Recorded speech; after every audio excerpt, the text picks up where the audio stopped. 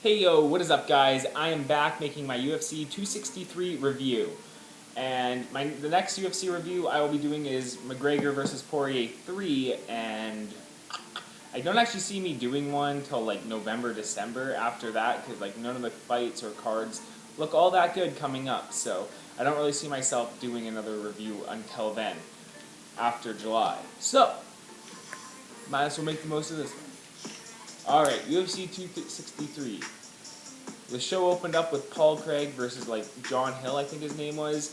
The fight itself, it was mostly just a ground matchup, really. I mean, like that Paul Craig dude was way too strong for him. Took him right down, like pulled guard on him, and then like he popped out his shoulder. He dislocated the dude's arm, and it looked like the dude was tapping, like middle of the fucking like arm bar, and then the fight didn't get stopped there, and then he just beat him up with elbows after. So yeah, I mean, every time I do one of these reviews, somebody's arms or leg are getting broken or torn out. So, anyone on UFC 264, we pray for you. Alright, the next fight, it was, like, the strangest thing about this fight to me was Damian Maia walking out to Numb by Lincoln Park. Like, are you a skateboarder from the early 2000s? Was he just watching an episode of Naruto before he decided he was walking out for this? Anyway, so yeah, it wasn't really like anything special. Damian Maia just tried to grapple, and yeah, Bellew. He actually looks pretty sick, and he won the fight. I mean, yeah, had better striking. That's really all there was to it. It was just kind of an average mixed martial arts matchup there. Nothing too special to talk about. Other than Joe Rogan taking a massive shit all over Damian Maia, he's just like, he really takes you out of the fights. He's so boring on commentary. Like, I don't get it. Like, I don't understand why people like him so much. I mean, their commentary wasn't, it just seemed kind of shitty on this show. They were just like, oh no. Like the role of the commentaries kind of keep you entertained but like they just take you out right out of the fights and stuff. They're like, oh well, this is boring because they're bored watching it. They seem bored. That's kind of what it's like. Anyways, next up, the whole reason I was going to do this show review was because Nate Diaz was fighting. I wanted to do the last one, which was UFC 262 with Charles Oliveira. And that was an awesome main event to that show. Anyways, but once the Nate Diaz-Leon Edwards fight got pulled off, I decided I'd wait till this month, especially because Adesanya was on the card. I'm not a big Adesanya fan. We'll get to that. Anyways, but I just thought this card had a bit more star power to it, so I decided I went with this card instead. Anyways, the fight itself. Nate Diaz walked out to the ring by DMX. Rest in peace, DMX. An awesome tribute to an awesome rapper.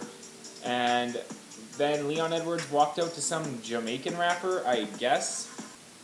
Cool, your own thing, whatever.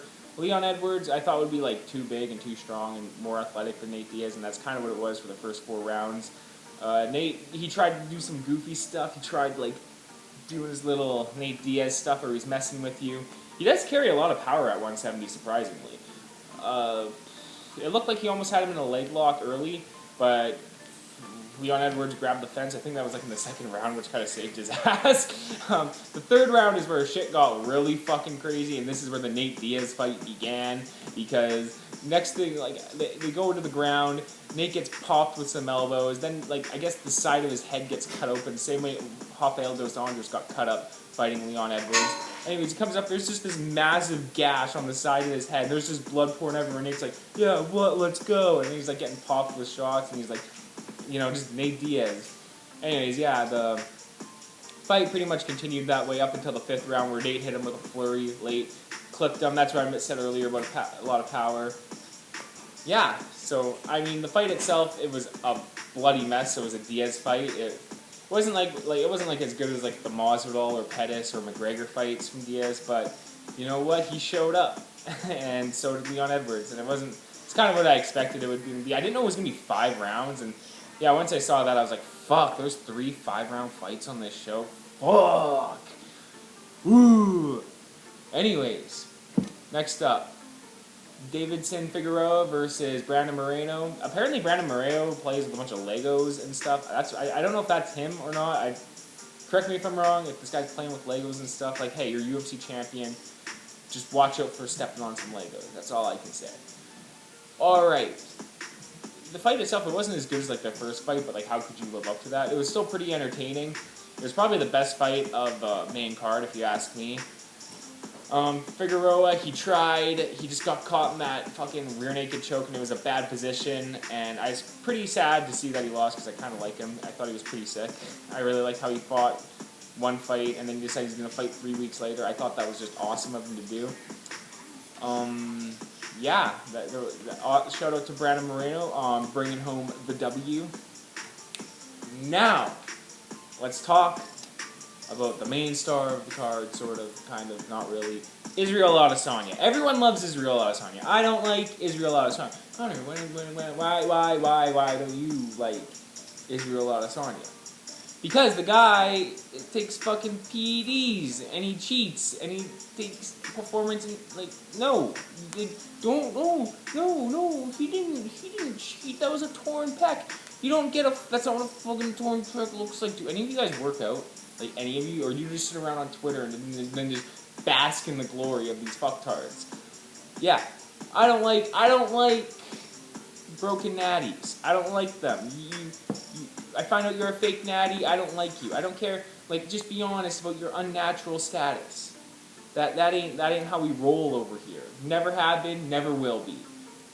Anyways, yeah, the fight was boring as fuck. Sort of what I expected. I mean, okay, it wasn't like boring. It just wasn't. I was just like sort of what I expected it was going to be.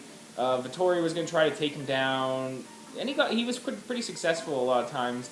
And Israel Adesanya was going to try to stand up and beat him on the feet and throw a lot of feints, a lot of kicks, and a lot of mixing up his strikes and stuff like that. And everyone just laid on the ground and go, oh my god, Izzy, oh my god, did you see what Izzy did? Oh my god, Izzy. And I can't wait till people who are like fans of Israel Adesanya watch this video and be like, you can't. Yeah, the dude's gonna get clipped eventually here, because like he keeps dropping his hands like down while he's like swaying and shit. It's like it's gonna happen one of these days where he just fights the wrong style matchup for him, and some dude's gonna have a wicked overhand right and just clip the fuck out of him. But whatever. I like the fight itself was like kind of like, I don't know. I wasn't like overly enthused by it, but like it wasn't like the worst thing in the world. It was pretty entertaining. I mean, Israel Adesanya did come to fight and bang him on the feet. So let's get into my favorite part, least favorite part, and then my overall thoughts on whether or not the show was worth buying or not. So, my least favorite part of the evening, Joe Rogan's commentary. I have to say, like, I feel bad for Jonah Hill, who got his arm dislocated, and that should probably be my least favorite part of the evening, but I can't really put it there because Joe Rogan just sucks on commentary, and he just sucks the fucking life out of you while you watch these cards and stuff, and you just feel so bored watching it. I understand people like him, but like, nah. Alright, favorite part of the evening was probably Nate Diaz standing there, just bloody as fuck, going, let's go. You know, at the end of like round 3, and he's like standing up, and he's still trying to fight and stuff. I really liked that. I appreciated the heart out of Nate Diaz. So, yeah, that was my favorite part. Now, overall, do I think the show was worth buying? The show was star-studded. I will give it that. It had entertaining fights, big stars on it. You had names. You got Damian Maya, who's been in the UFC forever. Nate Diaz, who's just a massive star. Israel Adesanya, and you had the flyweight title fight between two really dope fighters. So between that, you had an awesome card, just full of names. Now, do I think it was worth buying or not? Yeah, actually, I'd say yeah. It was a pretty entertaining card. They had a lot of entertaining fights on it.